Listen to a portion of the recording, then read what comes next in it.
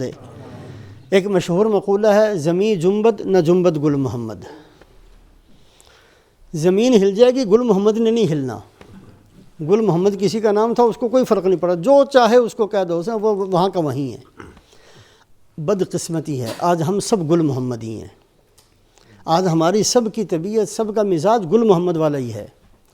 مشہور تو گل محمد کے لیے ہوتا، پتہ نہیں کون تھا بیچارہ گل محمد، لیکن آج ہم سبھی گل محمد ہیں۔ ہم حج کر لیں تو ویسے کے ویسے، ہم نماز پڑھ لیں تو ویسے کے ویسے، ہم قرآن ختم کر لیں تو ویسے کے ویسے، ہم تسبیح پڑھ لیں تو ویسے کے ویسے، ہم عمرہ کر کے آ جائیں تو ویسے کے ویسے۔ کسی چیز میں کوئی تبدیلی، کوئی رد و بدل، کوئی اخلاق میں، کوئی معاملات میں، کوئی لین دین میں، کوئی نگاہوں میں، کوئی فکر میں، کوئی سوچ میں، پتہ نہیں کیسا ہمارا زمانہ آ گیا، کسی چیز میں کوئی فرق نہیں پڑتا۔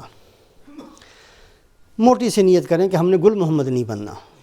میں بھی نیت کرتا ہوں، آپ بھی نیت کریں کہ ہم نے حج سے گل محمد بن کر واپس نہیں آنا۔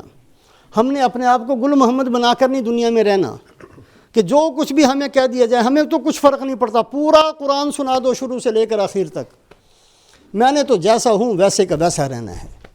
یہ کوئی اچھی بات نہیں ہے، ان چیزوں کو بدلنا چاہیے۔ ہمیں دن بدن اپنے اندر تبدیلی کو لانا چاہیے، دن بدن اپنے اخلاق کو درست کرنا، دن بدن اپنی عبادات کو ٹھیک کرنا، دن بدن اپنے ایمان کے اندر پختگی پیدا کرنا، دن بدن اپنے اخلاص کے اندر پختگی کو پیدا کرنا۔ دن بدن ہم دیکھیں کہ دنیا کی محبت کتنی نکلی ہے میرے دل سے، کہ اتنی کی اتنی ہے یا بڑھ گئی ہے۔ کہیں ایسا تو نہیں جو اللہ کے نبی نے فرمایا تھا کہ انسان بوڑھا ہوتا ہے اور دنیا کی محبت اس کے اندر جوان ہوتی ہے، کہ میں ان میں سے تو نہیں چلا گیا۔ جوانی کے اندر اتنا بھوت سوار نہیں تھا دنیا کا جتنا بڑھاپے کے اندر میرے اوپر سوار ہو گیا، کہیں ایسا تو نہیں ہے۔ تو اپنے آپ کو سنانے کے لیے میں نے کہا ہے، لیکن سب اس کا خیال رکھیں کہ ہم نے گل محمد نہیں بننا، گل محمد بن کر زندگی نہیں گزارنی۔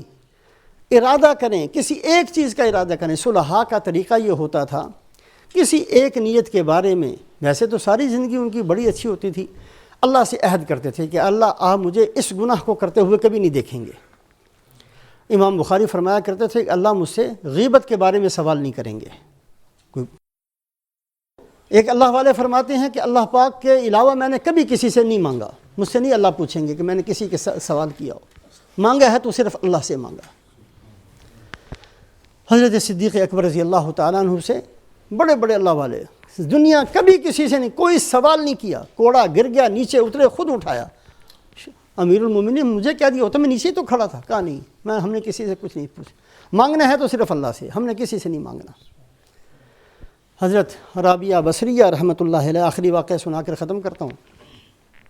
حضرت رابعہ بصریہ رحمۃ اللہ علیہ جس رات ان کی ولادت ہوئی ہے، اس رات ان کے گھر میں بہت تنگی فاقہ تھا۔ ان کی والدہ نے کہا کہ آج کسی وقت بھی پیدائش بچے کی ہوگی، نہ ہمارے پاس کھانے کے لیے، نہ پینے کے لیے، یہاں تک کہ چراغ میں جلانے کے لیے تیل بھی نہیں ہے۔ تو رات کے اندھیرے میں روشنی کی تو ضرورت ہے، چلو بھوکے پیاسے تو ہم گزارا کر لیں گے، روشنی کی تو ضرورت ہے، آپ ایسے کریں کہیں سے ادھار ہی تھوڑا بہت تیل مانگ کر لے آئیں۔ حضرت رابعہ بصریہ کے جو والد تھے، انہوں نے اللہ سے عہد کیا تھا کہ میں نے کبھی کسی سے نہیں مانگنا۔ اب یہ حالات ایسے تھے، بیوی کا تقاضا ایسا تھا، کہنے کہ اچھا جاتا ہوں۔ اللہ کا عہد یاد آیا کہ میں نے تو اللہ سے وعدہ کیا تھا۔ اپنے ایک دوست کے گھر گئے، جا کر اس کے دروازے پر ہاتھ رکھ کر واپس آ گئے، کھٹکایا نہیں۔ بیوی سے کہا کہ میں گیا تھا دوست کے گھر، اس نے دروازہ نہیں کھولا۔ وہ بھی مطمئن ہو گئی، چلیں اپنی کوشش کی ہے، اللہ کو یہ منظور ہوگا۔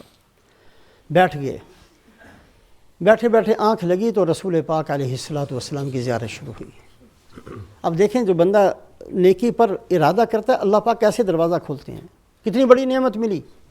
سرکار دو عالم رحمت للعالمین حضرت محمد صلی اللہ علیہ وسلم خواب میں تشریف لائے، فرمایا کہ ایسے کرو، بصرہ کے امیر کے پاس جاؤ اور اس کو جا کر کہو کہ مجھے رسول پاک علیہ الصلوۃ والسلام نے بھیجا ہے، اور نشانی یہ بتائی ہے کہ تم ہر روز 300 دفعہ درود شریف پڑھ کر سوتے ہو، اور یہ جو جمعرات گزری ہے اس رات تم نے نہیں پڑھا۔